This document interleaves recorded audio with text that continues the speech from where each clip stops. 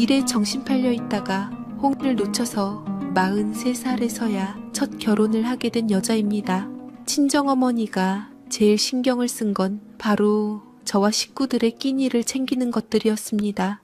제가 워낙 회사 일을 중요시 여겼기에 끼니를 잘 챙겨 먹지 않아 내내 마른 몸을 유지했거든요.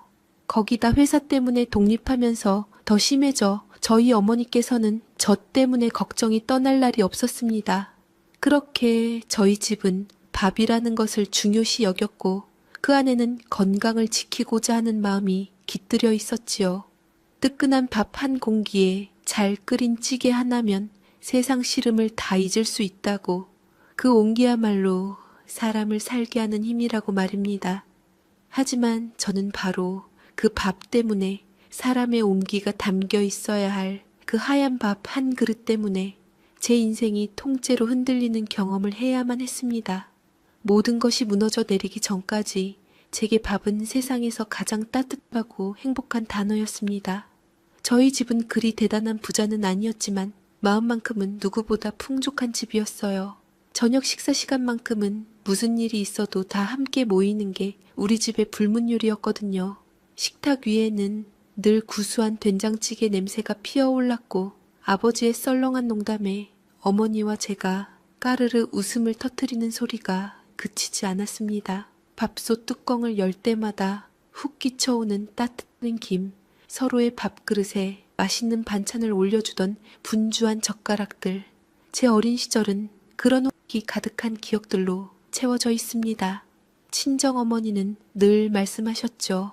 사람 사는 거 별거 없다고, 그저 삼시세끼 얼굴 마주보며 따순 밥 나눠 먹는 게 제일 큰 행복이라고요. 저는 그 말을 가슴 깊이 새기며 자랐습니다. 그래서였을까요?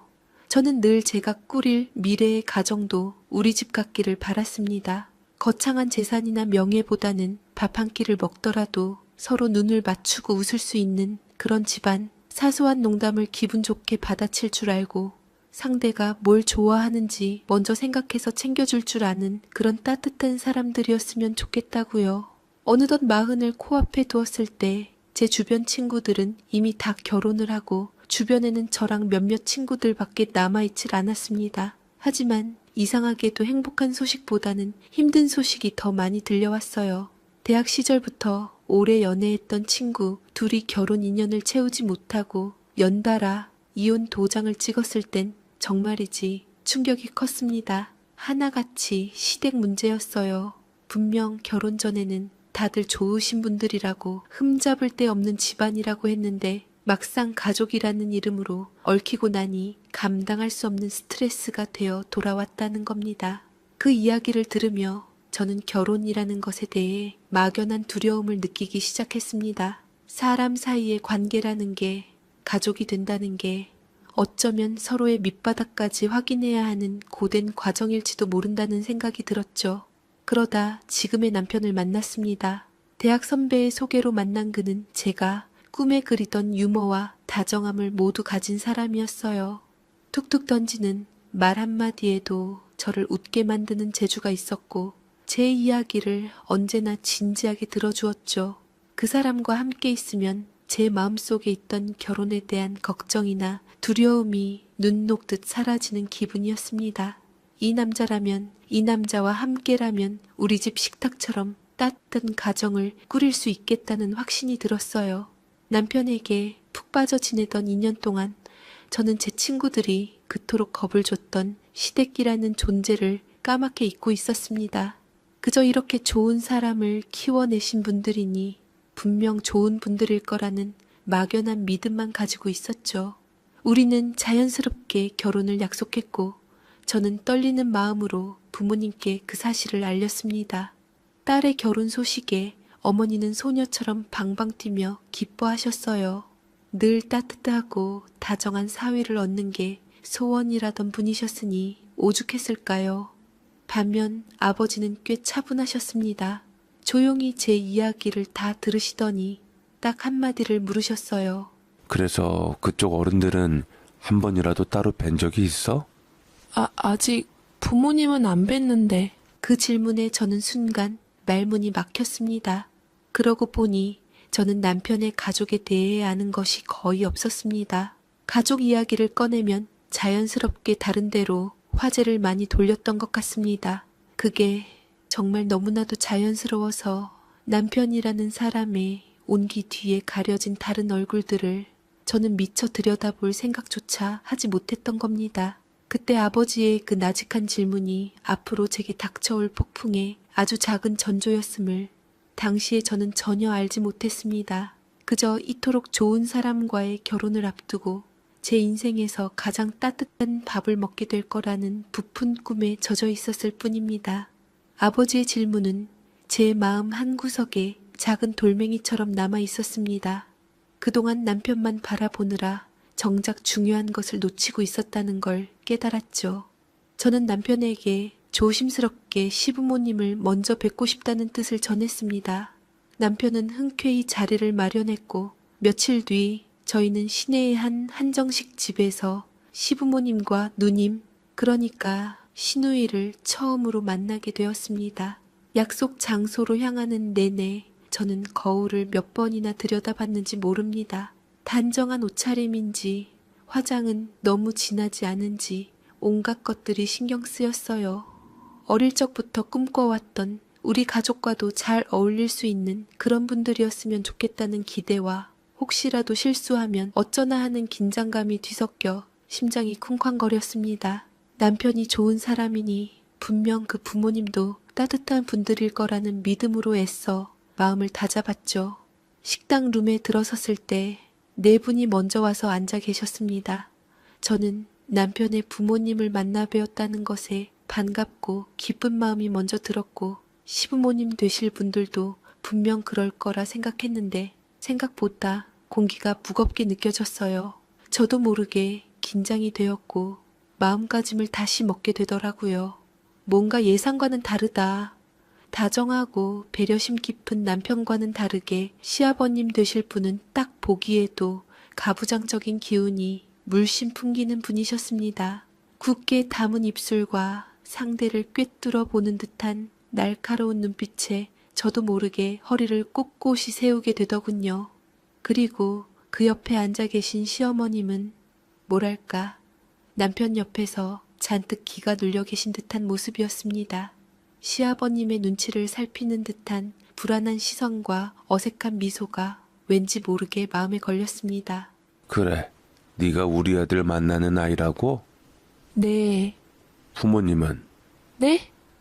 두 번 말하는 거 싫어한다. 보기보다 눈치가 없구나. 네 부모님은 뭐 하시는 분이시냐? 아, 저희 부모님께서는 그날의 대화는 대부분 시아버님이 주도하셨습니다. 아니, 주도라기보다는 취조에 가까웠죠. 제가 하는 일부터 시작해서 부모님은 뭘 하시는지, 형제 관계는 어떻게 되는지 마치 서류 심사를 하듯 묻고 또 물으셨습니다. 저는 최대한 공손하고 밝게 대답하려 했었지만 등줄기에서는 식은땀이 흘렀어요. 우리 집 식탁과는 너무나 다른 수직적이고 권위적인 분위기, 웃음기 하나 없는 그 자리에서 저는 제가 마치 투명인간이 된 것 같은 기분이었습니다. 시간이 흐르고 분위기가 조금 풀렸을 때쯤 시아버님은 드디어 본론을 꺼내셨습니다. 요지는 딱 하나였어요. 아들 나이가 찼으니 하루빨리 결혼해서 손주를 안겨달라는 것이었죠. 내가 다른 건 다 필요 없고 우리 아들 닮은 똘똘한 손주 녀석 하나 보는 게 소원이야. 너는 우리 집안에 시집 오면 자손 생산부터 심수할 것이다. 자손 생산이요? 아이를 낳는 것을 자손 생산이라는 말로 표현하시니 새삼 감회가 새로웠습니다. 저는 그 집 아이를 낳아주려고 시집 간 게 아닌데 저를 위해서 그 사람과 함께 행복하기 위해 시집을 가는 건데 마치 저를 아이 낳아주러 오는 필요에 의해 오는 사람으로 취급하는 것 같아서 기분이 좋진 않았습니다. 하지만 아버님은 비로소 그 말을 하시며 처음으로 희미한 웃음을 보이셨습니다. 자손 생산이라고 하니 요즘 젊은 사람들은 이상하게 생각할지 모르지만 우리 때들은 어른들이 많이 말씀하시는 거니 오해는 없었으면 좋겠구나. 그 말에 저와 남편은 서로를 쳐다보며 둘 다 얼굴이 새빨개져서 어쩔 줄 몰라 하며 덩달아 미소를 지었습니다. 나름 저를 생각해 주셔서 그 무뚝뚝한 분이 해명을 해주시니 배려받는 것 같은 느낌이 들어 그래도 마음이 편안해졌지요. 그런데 바로 그때였습니다. 옆에서 조용히 시아버님 수저만 챙기던 시어머님이 정색을 하며 저를 쳐다보셨습니다. 그리고는 이번에는 시아버지가 가만히 있으니 시어머니가 나서서 벌컥 화를 내시며 얼음장처럼 차가운 목소리로 악을 치며 물으셨어요. 지금 이게 웃기니? 저는 정말로 어머님이 농담을 하시는 줄 알았어요. 시아버지께서 분위기를 좀 풀어주셔서 덩달아 웃었을 뿐인데 한 번 웃었다고 처음 만난 며느리감에게 저런 표정으로 큰 소리로 화를 내는 시어머니가 세상에 어디 있겠어요. 하지만 어머님의 눈은 진심이었습니다. 시아버님의 말씀에 웃어버린 제 행동이 아주 못마땅하다는 듯 경멸과 분노가 뒤섞인 눈빛으로 저를 쏘아보고 계셨습니다. 그 서늘한 시선에 남편도 웃음을 뚝 그쳤고 룸 안에는 저 혼자 억지로 웃음을 삼키는 어색하고 민망한 침묵만이 흘렀습니다. 그날 이후 저는 상견례 날짜가 잡힐 때까지 며칠을 끙끙 앓았습니다. 우리 부모님과 저 시부모님이 한자리에 앉아있는 모습을 상상하는 것만으로도 숨이 막혔어요. 우리 가족은 별것도 아닌 일에 웃음이 터지는 사람들인데 혹시라도 아버지가 농담이라도 했다가 시어머님이 또 저희 부모님한테까지 정색을 하면 어쩌나 싶었지요. 사돈, 지금 이게 웃기세요? 오죽했으면 꿈에서까지 시어머님이 차가운 얼굴로 저를 노려보는 악몽을 꿀 정도였습니다. 시아버지의 말보다 시어머니 말이 더 강렬했고 머릿속에서 안 좋은 모습이 떠나질 않았습니다. 그리고 마침내 다가온 상견례 날, 저는 거의 초죽음이 된 상태로 약속 장소에 나갔습니다. 그런데 이게 웬일일까요? 며칠 전에 그 서늘한 모습은 온데간데 없이 시부모님은 너무나 다정하고 따뜻한 얼굴로 저희 부모님을 맞이해 주셨습니다. 특히 시어머님은 저희 어머니 손을 꼭 잡고는 연신 칭찬을 늘어놓으셨죠. 어쩜 이렇게 따님을 곱게 잘 키우셨어요? 저희 집안에서 이렇게 고운 아이를 며느리로 맞다니 큰 복이라고 생각하고 있습니다. 그렇게 시어머니는 저를 처음 대면했을 때와는 다르게 상견례 때는 그래도 저희 부모님이신지라 예의를 지켜주시고 아버지의 농담에도 박수를 치며 웃어주시고 제가 웃어도 더는 핀잔을 주지 않으셨습니다. 그 변한 모습에 저는 순간 다른 사람인가 싶어 남편을 힐끗 쳐다보기까지 했지만 남편은 그저 미소로 답할 뿐이었지요. 지난번에는 두 분 다 긴장을 하셔서 그런가? 원래는 이렇게 좋은 분들이셨던 것 같은데 저번에는 나한테 왜 그러셨을까? 의문이 들었지만 그래도 저희 부모님이 웃으시고 좋아하시는 것을 본 순간 제 마음을 짓누르던 무거운 돌덩이가 쑥 내려가는 기분이었습니다. 저는 언제 그랬냐는 듯 다시 본래의 제 모습으로 돌아와 양가 부모님 말씀에 재치 있게 대답하며 화기애애한 분위기를 이끌었습니다. 그날의 상견례는 제가 꿈에 그리던 모습 그대로 더할 나위 없이 완벽했습니다. 저는 그때 시부모님의 첫인상은 잊어버리고 앞으로는 정말로 모든 것이 괜찮을 거라고 제 결혼 생활은 분명 행복할 거라고 굳게 믿었습니다. 그 완벽한 미소 뒤에 얼마나 날카로운 칼날이 숨겨져 있는지도 모른 채 말입니다. 그렇게 공들였던 결혼식은 꿈처럼 한순간에 지나갔습니다. 많은 사람들의 축복 속에서 남편의 손을 잡고 버진로드를 걸을 때 저는 세상의 모든 행복을 다 가진 기분이었습니다. 결혼 준비 과정에서 보여주셨던 시부모님의 따뜻한 모습은 제 마음속에 남아있던 마지막 불안감마저 완전히 지워버렸죠. 그렇게 저희는 달콤한 신혼여행을 떠났고 본격적으로 부부로서의 삶을 시작하게 되었습니다. 일주일간의 여행을 마치고 한국으로 돌아오니 밤늦은 시간이었습니다. 양가 부모님께는 미리 연락을 드려 다음 날 찾아뵙기로 했죠. 피곤한 몸을 이끌고 신혼집 현관문을 열었을 때 저희를 가장 먼저 준 것은 구수한 밥 냄새였습니다. 식탁 위에는 저희 엄마가 남겨두신 쪽지와 함께 갓 지은 밥과 따뜻한 국 그리고 정갈한 밑반찬들이 차려져 있었어요. 피곤할 테니 밥이라도 든든히 챙겨 먹어라. 현관문 비밀번호는 이제 너희 둘만 아는 걸로 바꾸고.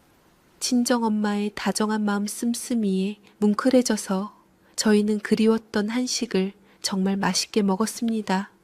제대로 된 집밥을 먹으니 비로소 결혼했다는 것이, 우리만의 보금자리가 생겼다는 것이 실감나더군요.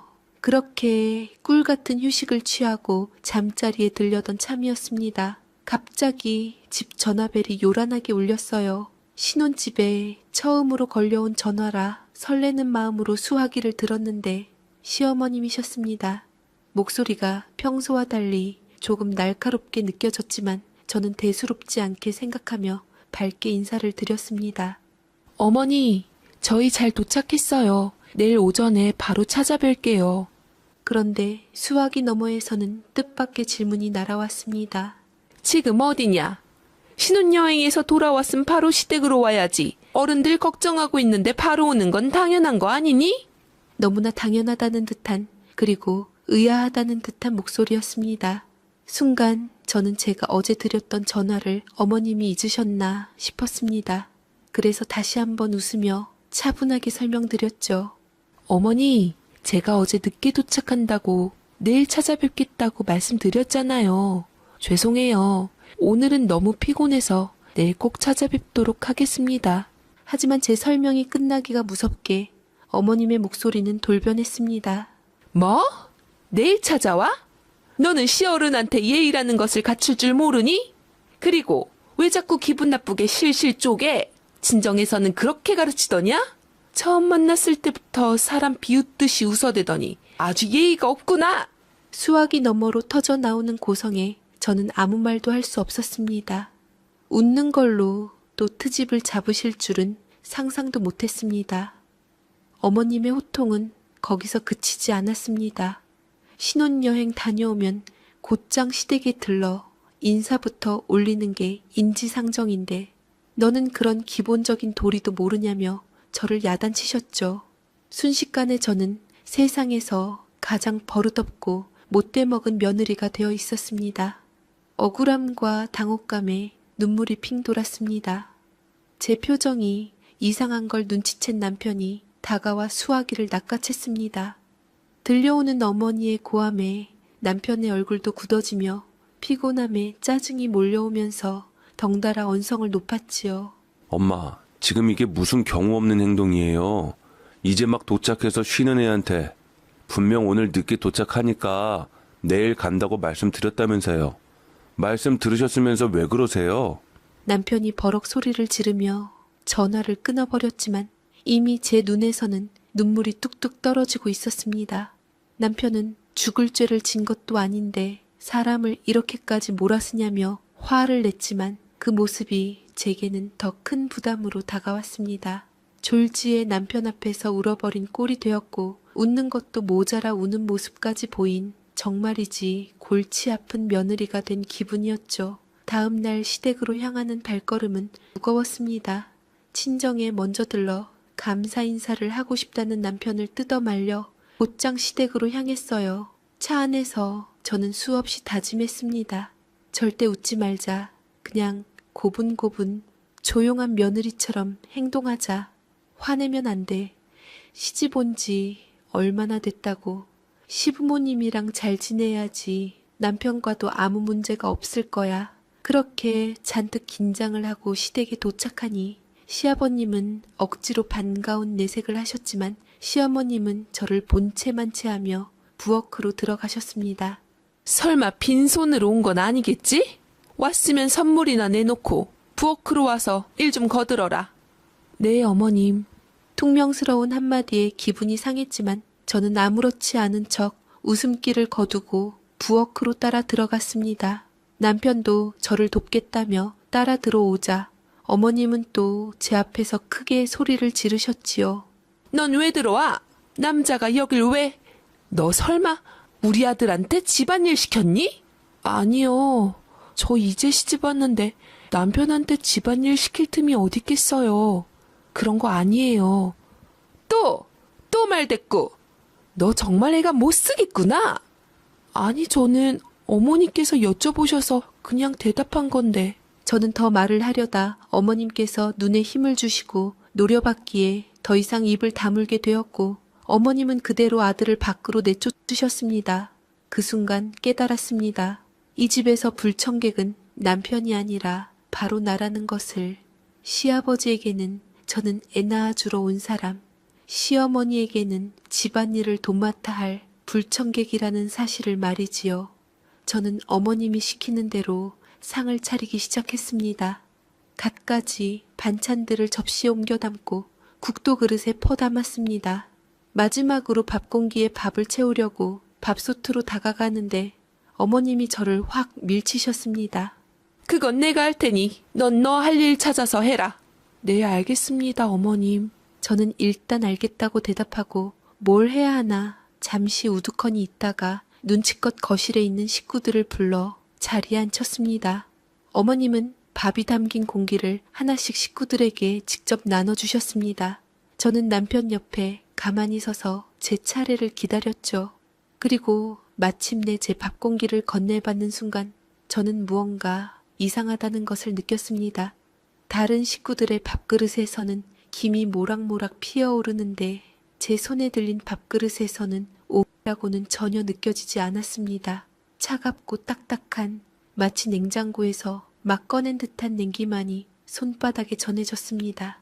아직 아무것도 눈치채지 못한 식구들은 잘 먹겠습니다. 라며 수저를 들었지만 저는 그 자리에 얼어붙은 채 제 밥그릇만 멍하니 내려다볼 수밖에 없었습니다. 제 손에 들린 밥그릇은 마치 돌덩이처럼 차갑고 무겁게 느껴졌습니다. 고개를 들어 부엌 쪽을 쳐다보자 그제야 제 눈에 들어오는 것이 있었습니다. 싱크대 한편에 놓인 또 하나의 밥솥. 하나는 방금 밥을 지어 김이 서려 있는 새 것이었고 다른 하나는 전날 사용한 듯 보이는 낡은 것이었습니다. 그리고 저는 모든 것을 알아차렸습니다. 어머님이 일부러 아주 의도적으로 제게만 찬밥을 주셨다는 것을요. 본인과 다른 식구들의 밥그릇은 모두 새 밥솥에서 퍼 담고 제 것만 낡은 밥솥에 남아있던 밥으로 채운 것이 틀림없었습니다. 순간 머릿속이 하얘졌습니다. 서러움과 모멸감이 한꺼번에 밀려와 목구멍까지 뜨거운 것이 차올랐습니다. 이걸 어떻게 해야 할까? 지금 이 자리에서 어머님, 왜 제 밥만 찬밥이냐며 소리라도 질러야 할까? 하지만 그럴 수 없었습니다. 제 옆에서 아무것도 모른 채 맛있게 식사를 시작한 남편의 얼굴을 보니 차마 입이 떨어지지 않았습니다. 이 사실을 알게 되면 남편이 얼마나 큰 충격을 받을지 또 얼마나 불같이 화를 내며 어머니와 싸우게 될지 눈에 선했습니다. 이제 막 시작한 결혼 생활을 이 밥 한 그릇 때문에 엉망으로 만들고 싶지 않았습니다. 저는 아무 일 없다는 듯 자리에 앉았습니다. 그리고 누구보다 먼저 밥 한 숟가락을 크게 떠서 입에 넣었습니다. 차갑고 딱딱하게 굳은 밥알이 입안에서 서걱거리며 겉돌았습니다. 저는 그 밥을 들키지 않기 위해 뜨거운 국물을 밥에 붓고 갖가지 반찬들을 밥 위에 잔뜩 올려 섞어 먹기 시작했습니다. 마치 원래 그렇게 먹는 것을 좋아하는 사람처럼 아주 태연하게요. 그런 제 모습을 보며 어머님이 희미하게 입꼬리를 올리는 것을 저는 놓치지 않았습니다. 그건 분명 승자의 미소였습니다. 저는 남편한테 이 사실을 말하려다가 결혼한 지 얼마 안 된 상황에서 괜히 남편의 가족이기도 하고 팔은 안으로 굽는다고 시어머니 말을 함부로 했다가 괜히 사이만 안 좋아질 것 같아서 일단은 지켜보기로 했습니다. 하지만 그날 이후에도 시댁에서의 식사는 제게 보이지 않는 전쟁이 되었습니다. 어머님은 매번 교묘한 방법으로 저를 괴롭혔습니다. 제가 시댁에 가는 날이면 어김없이 부엌에는 2개의 밥솥이 준비되어 있었죠. 어머님은 늘 다른 식구들에게는 온갖 심부름을 시키면서도 밥을 푸는 것만큼은 절대 다른 사람에게 맡기지 않았습니다. 그리고 언제나처럼 제 손에는 차갑게 식어버린 밥 한 공기가 들려졌습니다. 저는 그저 묵묵히 그 밥을 받아 먹었습니다. 시어머니가 언제까지 저러나 볼 심산이기도 했고 이제는 오기가 생기더군요. 남편이 저번에 한 번은 제 밥이 식은 것을 알고 먼저 말을 하기도 했습니다. 자기야, 보니까 밥이 좀 식은 것 같은데 데워줄까? 아니야. 난 원래 너무 뜨거운 밥은 싫어해. 저는 황급히 손사래를 치며 거짓말을 했습니다. 그래놓고 시어머니를 보니 또 다시 특유의 비웃음을 가득 머금었지요. 당장이라도 말을 털어놓고 싶었지만 뭔가 시어머니의 시험대라는 생각이 들어서 저는 참고 또 참기로 했습니다. 하지만 저도 사람인지라 제 거짓말이 늘어갈수록 제 마음속에는 시커먼 멍이 하나씩 늘어갔습니다. 어머님의 괴롭힘은 찬밥에서 그치지 않았습니다. 식탁 위에서도 교묘한 차별은 계속되었습니다. 제가 좋아하는 갈비찜이나 잡채 같은 반찬은 늘 제게서 가장 먼 곳에 놓였습니다. 제가 팔을 뻗어 겨우 한 점을 집으려고 하면 어머님은 마치 기다렸다는 듯이 말했습니다. 아이고, 우리 아들 그거 좋아하는데 많이 먹어라. 아예 그릇을 통째로 남편 앞으로 옮겨버리곤 했습니다. 그러고는 제 앞에는 나물 반찬들만 가득 밀어 놓으셨죠. 뭐 근데 그런 것 가지고는 타격이 없었습니다. 마음이 좀 그렇긴 했지만 저 나물 반찬들 좋아했거든요. 그러니 이제는 아예 제 전용 나물을 나눠 놓기도 하더라고요. 맛이 가려고 하거나 간당간당하게 남은 찌꺼기, 나물들만 놓았고 남편은 그게 신경 쓰이는 듯 제게 멀리 있는 음식을 가져다 주었지만 그때마다 시어머니는 어른들 앞에서 부부사랑 노름하는 거 아니라며 한마디씩 건네서 남편도 주춤거리기도 했지요. 남편은 생각보다 더 효자이기는 하더라고요. 저는 결혼 전에는 효자인 사실도 좋았는데 남들이 얘기하는 것처럼 남편으로서 효자는 그리 좋지 않다는 것을 알게 되었습니다.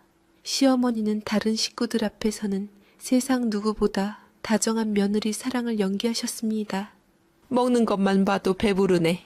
뭐 더 필요한 거 없어? 라고 물으시면서도 눈으로는 넌 그 쉰내 나는 거나 먹어라고 말하고 있었습니다. 그 이중적인 모습에 소름이 돋았지만 저는 아무런 대응도 할 수 없었습니다. 제가 무언가 불만을 표하는 순간 어머니의 수완상 어떻게 해서든 저는 예민하고 까다로운 며느리로 만들 거고 어머님은 그런 며느리 비위 맞추느라 고생하는 불쌍한 시어머니가 될 것이 뻔했으니까요. 이제는 어머니의 성격에 대해 대충 가늠이 가더라고요. 시댁에 다녀온 날이면 저는 밤새 잠을 이루지 못했습니다. 입안에 맴돌던 차가운 밥의 감촉과 어머님의 서늘한 눈빛이 떠올라 몸서리를 쳤습니다. 멍청하고 바보 같은 남편은 제가 말을 안 하니 그저 제가 시댁 어른들을 어려워해서 그런다고만 생각하는 듯 했습니다. 우리 엄마가 좀 무뚝뚝해서 그렇지 나쁜 분은 아니야. 자기가 좀 더 노력해주면 안 될까? 남편의 그 순진한 말이 비수처럼 제 가슴에 꽂혔습니다. 남편이 저를 사랑하고 관심이 있다면 모를 수가 없을 텐데 모르는 건지 모르는 척 하는 건지 남편이 제일 야속하더라고요. 아무도 알아주지 않는 이 지옥 같은 식사 시간을 저는 언제까지 혼자 견뎌야 하는 걸까요? 저는 점점 더 깊고 어두운 터널 속으로 걸어 들어가는 기분이었습니다. 시간이 지나고 남편이 알아주지 않으니 이제는 말해봤자 나만 이상해질 것 같았고 저는 그런 남편과 시댁에게 점점 정이 떨어져 갔습니다.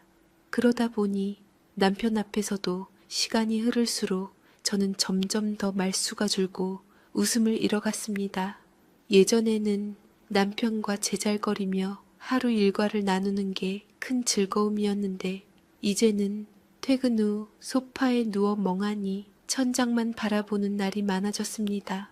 몸에 보이지 않는 납덩이라도 매달아 놓은 것처럼 늘 피곤하고 무기력했습니다.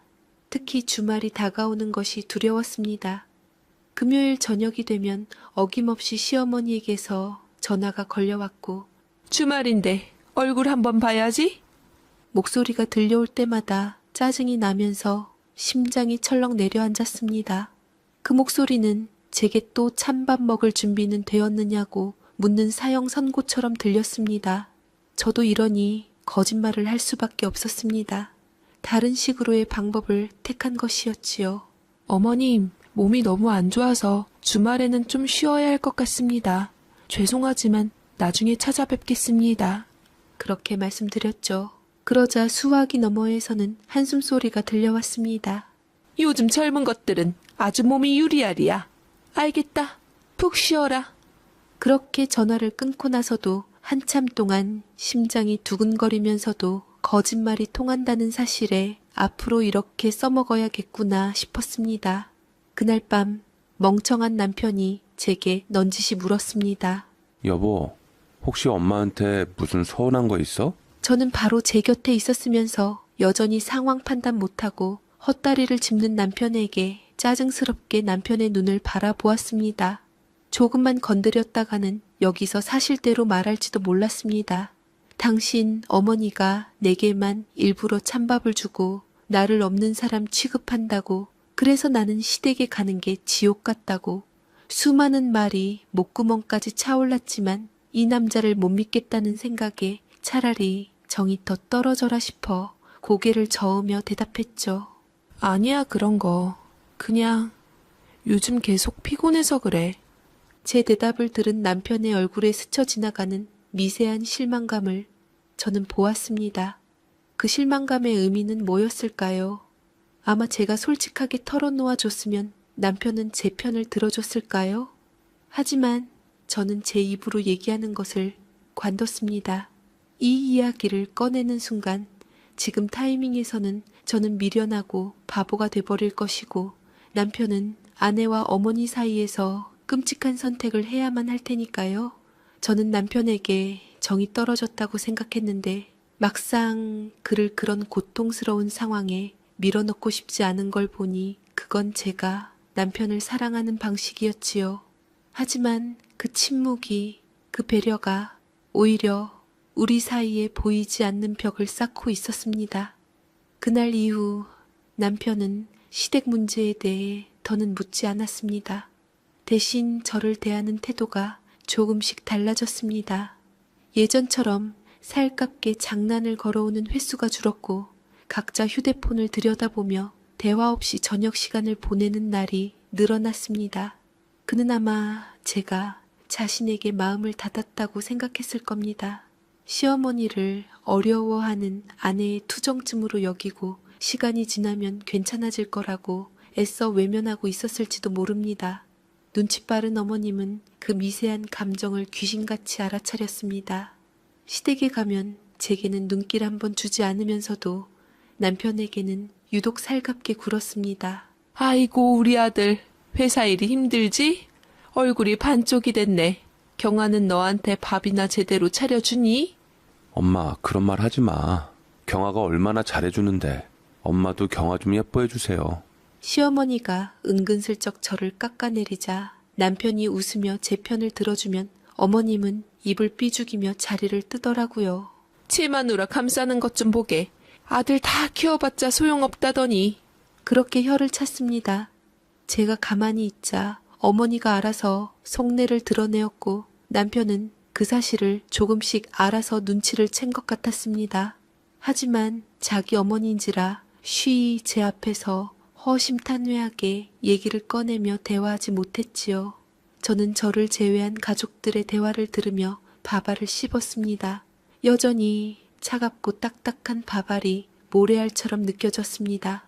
남편은 저와 어머니 사이에서 어색한 웃음을 지으며 분위기를 수습하려 애썼지만 그럴수록 상황은 더 악화될 뿐이었습니다. 남편은 저번에 언제 한 번은 제 밥이 식은 것을 보고 이건 우연이 아니구나 생각을 한 건지 은근슬쩍 바꿔주더라고요. 남편 덕분에 시댁에서 처음으로 따스운 밥을 한 숟갈 먹어봤지만 고약한 시어머니는 그것을 보고는 밥을 푼 그릇에 뭐가 묻어 있었다며 얼른 제 밥을 빼서 버려버리고 다시 찬밥을 주었습니다. 엄마, 경아 밥 새로 해주세요. 밥이 너무 차가워요. 밥하면 시간 걸리잖니. 먹다가 끊기면 넘어가지 않고 그 많은 밥을 또 어떡하라고. 즉석밥 같은 것도 없어요? 우리 집엔 그런 거 취급 안 한다. 니네 집에선 경아가 즉석밥 해주니? 어머니는 되려 남편에게 공격을 해왔고 남편은 더 이상 시어머니랑 싸우는 것을 머뭇거리자 저는 괜찮다며 찬밥을 먹겠다 했지요. 다 알고서 남편은 부모님과 싸우는 대신 자기 밥그릇과 바꾸는 것을 선택했지만 그것도 여의치 않고 번번이 시어머니의 방해 때문에 결국 저는 찬밥을 먹어야만 끝나는 것이었습니다. 우리 세 사람이 함께 있는 식탁은 언제나 살얼음판 위를 걷는 것처럼 위태로웠습니다. 저는 깨닫고 있었습니다. 이 침묵의 전쟁이 계속된다면 언젠가는 저뿐만 아니라 남편도 그리고 우리의 관계도 모두 함께 무너져 내릴 것이라는 것을요. 하지만 저는 여전히 그 지옥의 문을 열고 빠져나올 용기가 없었습니다. 그렇게 위태로운 시간이 흘러 어느덧 우리의 첫 번째 결혼 기념일이 다가오고 있었습니다.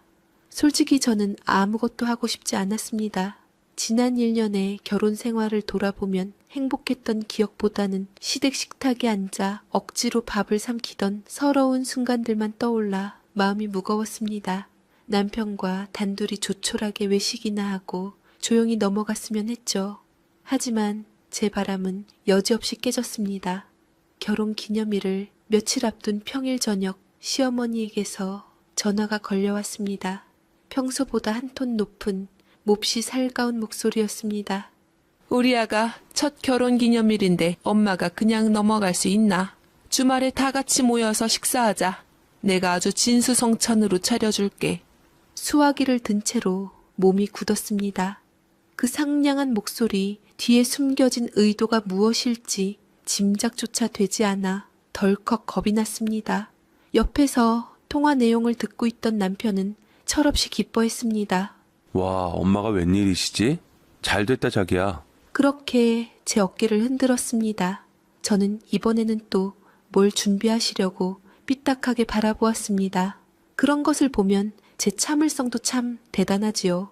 처음부터 말을 했으면 좋았을 것을 타이밍을 놓치니 계속 말하지 못하게 되고 시어머니가 저러다 말겠지 싶다가 계속하니 저 여자가 며느리를 상대로 어디까지 바닥을 보여줄까 하는 생각에 우습게만 느껴지고 그러다 보니 남편이 알아주길 바라고 남편이 못 알아주니 알아서 정을 떼버리고 그러면서 점점 마음이 떠나며 악순환까지 만들었으니 시어머니도 시어머니지만 내 오기도 보통이 아니구나 싶어 헛났습니다. 뭐 그 덕분에 남편의 본성도 깨닫게 되었으니 저는 결혼의 콩깍지가 생각보다 더 빨리 벗겨진 것입니다. 결혼은 현실이다라는 말이 시어머니 덕에 깨닫게 되더라고요. 마치 제게 보여주는 것 같았습니다. 네 남자는 내 아들이고 피는 물보다 진하다라는 것을 말이지요. 아들 엄마는 왜 유독 그런 건지, 왜 아들에게 그렇게 집착을 보이는 건지 알 수가 없었습니다. 나도 결혼해서 아들을 낳아서 며느리를 들이면 그 마음을 이해할 수 있을까나요? 지금으로서는 같은 여자로서 저를 못 잡아먹는 시어머니가 이해가 안 되고 이상할 뿐이었습니다. 그 주 주말은 유난히 날씨가 좋았습니다. 화창한 하늘과 따스한 햇살이 제 마음과는 너무나 대조적이어서 오히려 더 서글펐습니다. 시댁으로 가는 길 남편은 오랜만에 기분이 좋아 보였습니다. 어머니가 드디어 제게 마음을 여신 것 같다며 이제 정말 한 가족이 되는 것 같다고 들떠 있었죠. 남편의 기대는 진심이었기에 그 기대에 찬물을 끼얹을 수가 없어 애써 희미하게 웃어 보였지만 속은 까맣게 타들어가고 있었습니다. 시댁에 도착했을 때 어머님은 정말로 잔치상을 준비하고 계셨습니다. 제가 좋아하는 잡채 냄새가 집안 가득했고 식탁 위에는 갈비찜과 각종 전이며 나물들이 먹음직스럽게 차려져 있었습니다. 그 모습을 보니 저도 모르게 아주 잠시나마 기대를 품게 되었습니다.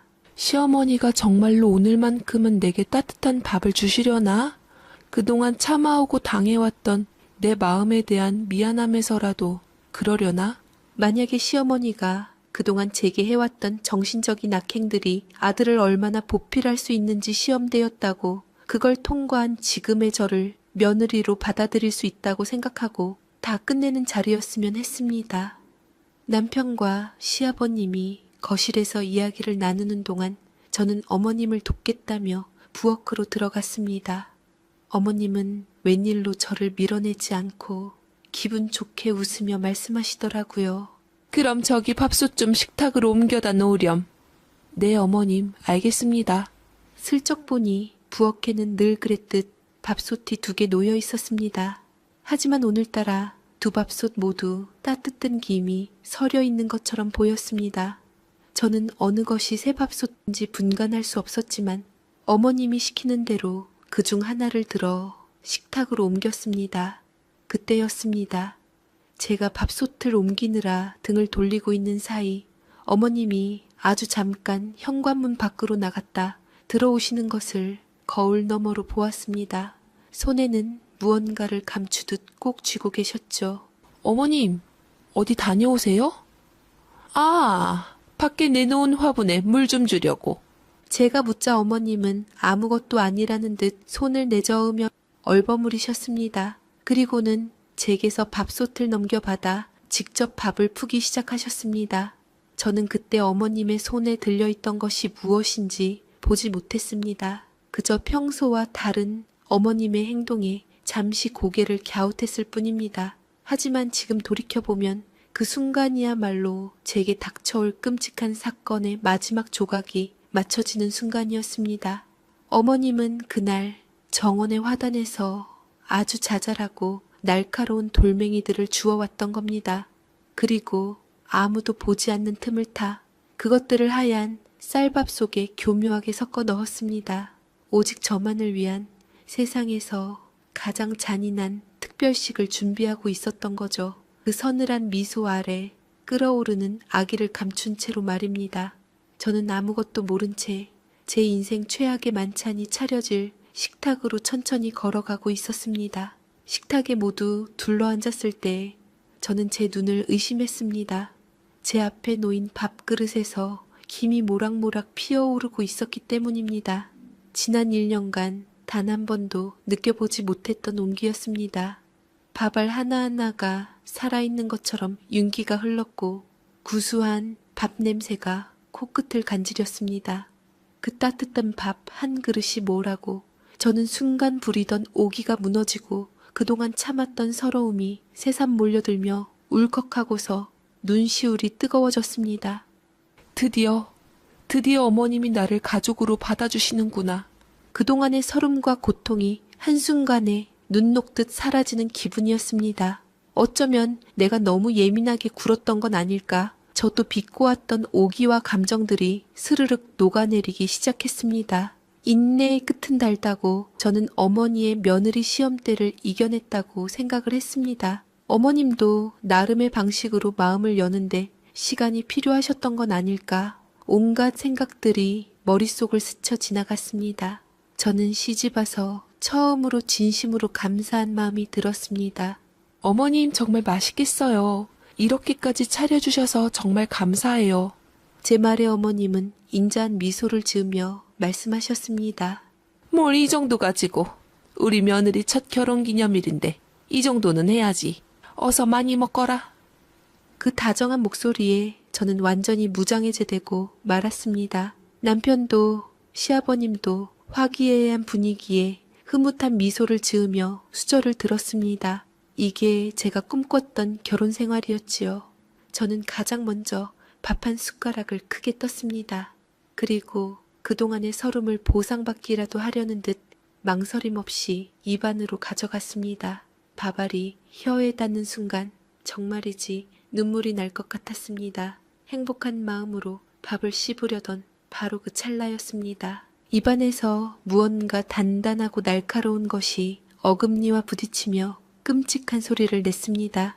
송곳으로 잇몸을 찌르는 듯한 날카로운 고통이 머리끝까지 뻗쳤습니다. 너무 놀라 저도 모르게 입을 틀어막았습니다. 입안에서는 비릿한 피맛이 느껴졌습니다. 왜 그래? 체했어? 남편이 걱정스러운 얼굴로 저를 쳐다봤습니다. 시아버님과 시누이의 시선도 제게로 쏠렸습니다. 저는 차마 입안에 든 것을 그대로 뱉어낼 수가 없어서 황급히 물컵을 들어 입을 헹구는 척하며 손바닥엔 내용물을 뱉었습니다. 그리고 제 손바닥에 놓인 것을 확인하는 순간 저는 숨을 쉴 수가 없었습니다. 하얀 밥알과 뒤섞여 있는 것은 새끼 손톱보다도 작은 시커멓고 뾰족한 돌멩이였습니다. 머릿속이 텅 비어버린 것 같았습니다. 이게 어떻게 된 일이지? 쌀을 씻다가 미처 골라내지 못한 돌이 섞여 들어온 걸까? 하지만 아무리 그래도 이렇게 날카롭고 큰 돌이 밥에 섞여 있을 리가 없었습니다.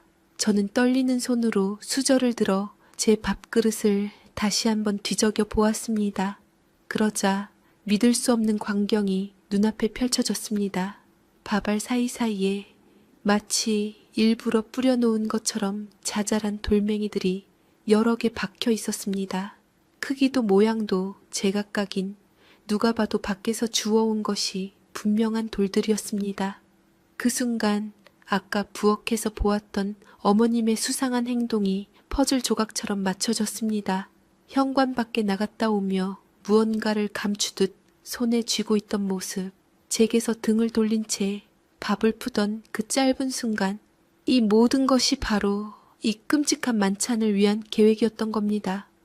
저는 고개를 들어 어머님을 쳐다봤습니다.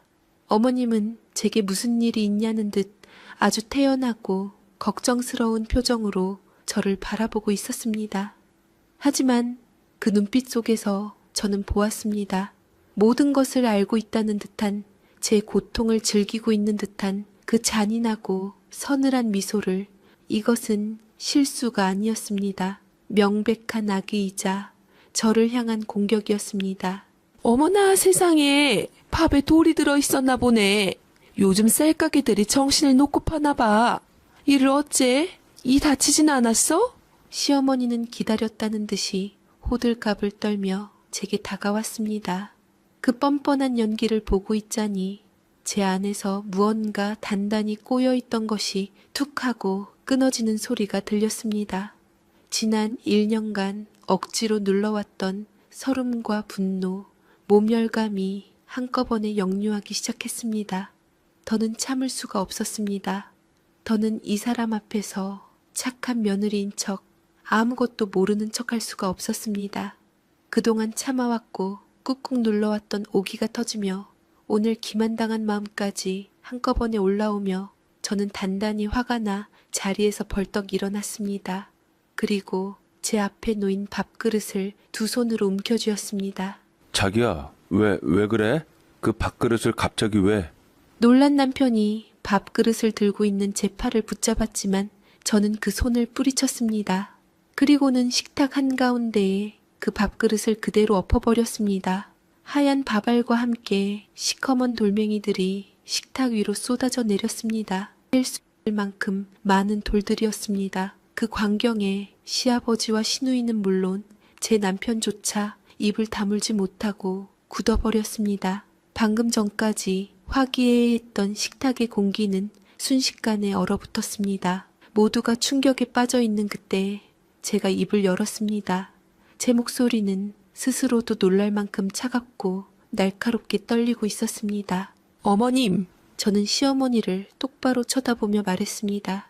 아니, 아줌마. 아줌마라는 단어가 제 입에서 튀어나오는 순간 시어머니의 얼굴이 딱딱하게 굳었습니다. 남편도 놀란 눈으로 저를 돌아봤습니다. 하지만 저는 멈추지 않았습니다. 이게 실수로 보여요? 쌀가게 탓으로 보여요? 지난 1년 동안 저한테만 차갑게 식은 밥 주셨던 것도 쌀가게 탓이었어요? 내가 아주 어디까지 하나 보려고 했는데 정말 밑바닥까지 보이시네, 이 여자가? 제 입에서 찬밥 이야기가 터져 나오자 남편의 얼굴이 하얗게 질렸습니다. 그는 애써 알고서도 차마 입으로 말을 꺼낼 수 없었던 죄로 덜덜 떨었고 충격적인 표정으로 저와 자기 어머니를 번갈아 쳐다봤습니다. 시어머니는 당황한 기색이 역력했습니다. 아줌마라니, 이 버르장머리 없는. 그리고 네가 지금 무슨 소리를 하는 거니? 찬밥이라니, 내가 언제? 말을 더듬기 시작했죠. 그러자 남편이 도저히 그것만은 못 참겠던지 시어머니의 팔을 붙잡았고 고개를 저었고, 시어머니는 아들이 모두 다 알고 있다는 것을 알았던지 흠칫 놀랐습니다. 저는 더 이상 그 모자의 그 위선적인 얼굴을 보고 있을 수가 없었습니다. 옆에 놓여있던 시원한 물이 담긴 물컵을 집어 들었습니다. 그리고 망설임 없이 그 얼굴을 향해 그대로 뿌려버렸습니다. 차가운 물줄기가 시어머니의 얼굴을 정통으로 때렸습니다. 곱게 화장한 얼굴 위로 물이 뚝뚝 흘러내렸습니다. 시어머니는 비명을 지르며 뒤로 나자빠질 뻔했습니다. 그 광경을 보고도 저는 아무런 죄책감이 들지 않았습니다. 오히려 속이 다 후련했습니다. 당신 같은 인간 때문에 여자들이 억울하게 참고 사는 거야. 당신 같은 인간 때문에 멀쩡한 가정이 깨지는 거라고. 아들 뺏길까봐 질투나서 이딴 유치하고 더러운 짓이나 하는 당신이 엄마 자격이나 있는 줄 알아? 저는 울면서 소리쳤습니다. 목이 다 쉬어버릴 정도로 악을 썼습니다. 그동안 단 한 번도 내보이지 않았던 제 안의 분노가 본물처럼 터져 나왔습니다. 저는 더 이상 이 집의 얌전한 며느리 윤경아가 아니었습니다. 그저 끔찍한 고통에서 벗어나고 싶은 한 명의 인간일 뿐이었습니다.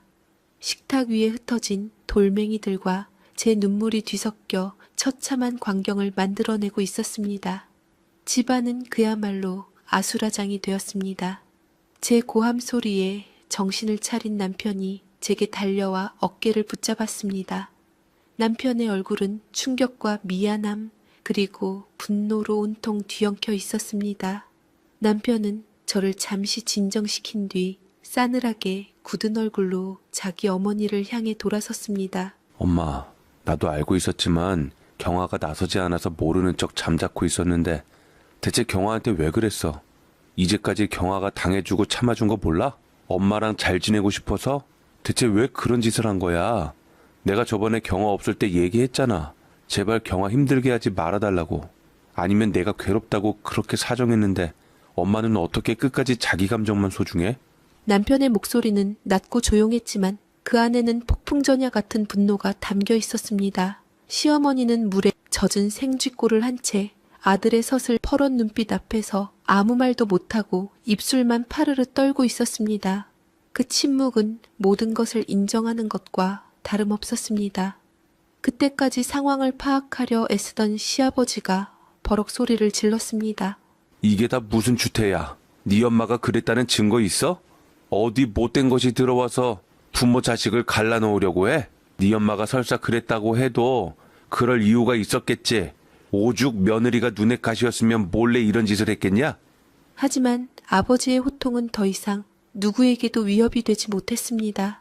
남편은 아버지의 말을 가볍게 무시하고는 식탁 위에 널브러진 돌멩이 섞인 밥을 한 움큼 집어들었습니다.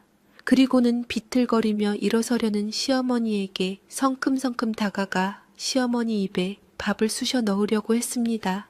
시어머니는 그야말로 비명을 질렀지요. 엄마도 한번 직접 먹어봐요. 어떻게 이걸 내 아내더러 먹으라고 줄 수가 있어? 엄마가 직접 시범을 보여줘. 이게 사람이 먹을 수 있는 건지 직접 한번 먹어보라고. 남편은 거의 이성을 잃은 듯 울부짖었습니다. 시어머니는 아들의 험악한 기세에 겁을 먹고 뒷걸음질치며 비명을 질렀습니다. 내가 잘못했다. 내가 다 잘못했어. 그저 며느리가 기가 세 보여 좀 누른다는 게 그냥 그런 것뿐이었는데. 그제야 시어머니의 입에서 사과 아닌 사과가 터져 나왔습니다. 그래도 이건 아니지. 이게 말이 돼요? 다 너를 지키고 싶어서 그랬다. 넌 내 품 안의 자식이었는데 네가 며느리를 데려왔잖냐. 엄마, 그걸 말이라고 해? 내가 나이가 찼으니 결혼하는 건 당연한 거잖아. 어떻게 그럴 수가 있어? 남편의 절규에 가까운 질문에 시어머니는 결국 모든 것을 실토하기 시작했습니다. 바닥에 주저앉아 엉엉 울면서 횡설수설하며 속내를 털어놓았습니다. 무서운 남편 밑에서 의지할 것이라고는 아들 하나뿐이었는데 그런 아들이 저라는 여자에게 푹 빠져 넘어가는 꼴을 보니 질투가 나서 견딜 수가 없었다고. 결혼할 때부터 그냥 미웠고 어떻게든 괴롭히고 싶었다고 그 유치하고 이기적인 고백을 듣고 있자니 허왔습니다. 그동안 참아왔던 제가 바보가 되는 느낌이었지요. 시어머니가 바닥인 줄 알았지만 이 정도인 줄은 몰랐고 동정심은커녕 경멸감만 치밀어 올랐습니다. 저는 더 이상 그곳에 머물고 싶지 않았습니다. 그들의 추악한 가족사를 지켜보는 것만으로도 영혼이 더러워지는 기분이었습니다. 저는 흐르는 눈물을 닦지도 않은 채 몸을 돌려 현관으로 향했습니다. 나 더는 당신들하고 못 살겠어. 우리 이혼해. 당신도 잘한 거 없잖아. 내가 어머님한테 당하는 거 뻔히 알고 있으면서 팔은 안으로 굽는다고 내 고통을 모른 척하지 않았어? 제 말에 남편이 사색이 되어 저를 따라왔습니다. 경아야, 안 돼. 제발, 내가 잘못했어. 내가 다 잘못했어. 당신 참고 있는 거 알고 있었는데 내가 나서면 괜히 일이 악화될 것 같아서 그래서 나서지 못했는데 그냥 미안해. 듣기 싫어. 당신이 정말 내 남편이라면 내 고통을 알았을 때 날 지켜줬어야지. 그걸 내가 알아서 하게 내버려뒀다고? 당신은 비겁해. 더 이상 당신 믿고 살아갈 자신이 없다. 그 사람은 집 밖까지 쫓아 나와 제 팔을 붙잡고 애원했습니다. 그의 눈에도 눈물이 그렁그렁 맺혀 있었고 나중에는 제 앞에서 무릎을 꿇으며 잘못했다 사과를 했지요. 하지만 그동안 제가 참아왔던 것은 남편에 대한 정을 떨어뜨리기에 충분했습니다. 이 사람은 나를 지켜주지 못할 것이라는 생각이 들자 자연스럽게 멀어진 것이었고 이제 남남처럼 느껴져서 헤어진다 해도 크게 상처받지 않을 것 같았기에 저는 그 사람을 버릴 수 있었지만 다만 그런 어머니 밑에서 계속 있는다는 게 앞으로 남편의 인생에 걸림돌이 될 것에 안타까움이 일었습니다. 저는 도저히 남편을 구제해 줄 자신이 없었습니다. 시어머니의 얼굴을 떠올리면 그 돌멩이가 섞인 밥을 생각하면 숨이 막혀서 도저히 이 결혼 생활을 지속할 자신이 없었고 말이지요. 이것마저 참으면 저는 진짜 붕어인 것입니다. 나 저 여자 얼굴 다시는 보고 싶지 않아. 저 여자가 해준 밥은 생각만 해도 토할 것 같아. 저는 남편에게 말했습니다. 그러자 남편은 잠시 망설이더니 굳은 결심을 한 듯 제 손을 잡고 다시 집 안으로 들어갔습니다. 그리고는 서재에서 종이와 펜을 가져와 제 앞에 내밀었습니다. 네가 원하는 걸 다 말해. 내가 다 쓸게. 각서든 약속이든 뭐든지 다 할게. 그러니까 제발 나 버리지 마. 난 당신 없으면 못 살아, 경아야. 저는 한참 남편을 바라보다가 그 사람의 살려달라는 절실한 눈빛을 보고서 떨리는 손으로 펜을 잡았습니다. 그리고 남편이 보는 앞에서 핏눈물을 삼키며 한 글자 한 글자 써내려갔습니다. 앞으로 시댁에 발걸음하지 않겠다. 시어머니와는 어떤 형태로든 연락하거나 만나지 않겠다. 시어머님이 차려주는 밥은 평생 먹을 일 없게 하겠다. 만약 이 약속 중 하나라도 어길 시에는 아무런 조건 없이 이혼에 합의한다. 라고 각서를 썼지요. 시어머니가 아들을 지키기 위한 일이 오히려 아들을 잃게 만드는 결과임을 느끼기 위해 그렇게 썼습니다. 남편이 지키지 않는다면 저는 그걸 핑계로 또 이혼을 하고 그 집안에서 벗어날 수 있으니 손해날 것 또한 없었지요. 제가 여태껏 참을인 자를 새긴 이유기도 했습니다. 남편은 제가 쓴 각서를 말없이 읽어 내려가더니 제 말에 응수하듯 아무 대꾸 없이 그 아래에 자신의 이름을 쓰고 지장을 찍었습니다. 동건아, 거기다 지장을 찍으면 어떡해? 너 정말 엄마를 안 보고 살 작정이냐? 그 모습을 시어머니는 망연자실한 표정으로 악을 쳤고 남편은 귀를 틀어막으며 제 손을 잡고서 그 집을 그렇게 빠져나왔습니다. 그렇게 저는 제 손으로 직접 시어머니와의 인연을 완전히 끊어냈습니다. 그날 이후 제 삶은 완전히 달라졌습니다. 남편은 각서에 쓴 대로 시댁과의 모든 교류를 스스로 끊어냈습니다. 시어머니에게서 걸려오는 전화는 받지 않았고 시아버지의 부름에도 응하지 않았습니다. 명절이나 가족 행사에도 저와 함께 둘만의 시간을 보냈습니다. 한참 시간이 지나고 제 마음이 조금씩 누그러지자 남편이 저 때문에 가족과 등지게 된 것 같아 마음이 무거웠지만 남편은 오히려 제게 미안해하며 더 잘해주려고 애썼습니다. 진작 내가 나서서 해결해줬어야 했는데 내가 비겁했어. 너 혼자 얼마나 힘들었을까? 평생 내가 갚으며 살게. 남편은 그날의 충격으로 사람이 변한 듯 했습니다. 예전에 마냥 다정하기만 했던 모습 위에 저를 지켜주지 못했다는 깊은 죄책감과 책임감이 더해져 훨씬 더 단단하고 든든한 사람이 되어주었습니다. 우리는 그 사건을 계기로 서로의 상처를 보듬어주며 이전보다 훨씬 더 깊고 끈끈한 사이가 되었습니다. 물론 시어머니의 연락이 완전히 끊긴 것은 아니었습니다. 처음에는 분노에 차서 제게 저주에 가까운 문자를 퍼붓더니 시간이 지나자 아들을 돌려달라며 애원하기도 했습니다. 나중에는 다신 안 그럴 테니 제발 얼굴 한번 보자며 울며 불며 매달리기도 했죠. 저는 그 모든 연락을 차단하고 번호까지 바꿨습니다. 더 이상 그 사람의 감정 쓰레기통이 되어주고 싶지 않았습니다. 왜냐면 저는 분명 어머님의 행패를 참아줄 만큼 참아줬으니 더 이상은 양보할 수가 없었기 때문입니다. 가장 큰 변화는 저희 집 주방에서 일어났습니다.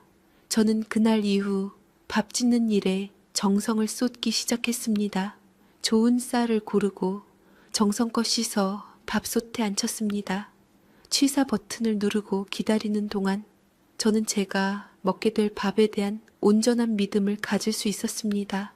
밥이 다 되었다는 알림음이 울리고 뚜껑을 열었을 때 하얀 김과 함께 피어오르는 구수한 밥 냄새는 제게 그 어떤 향수보다도 깊은 안정감을 주었습니다.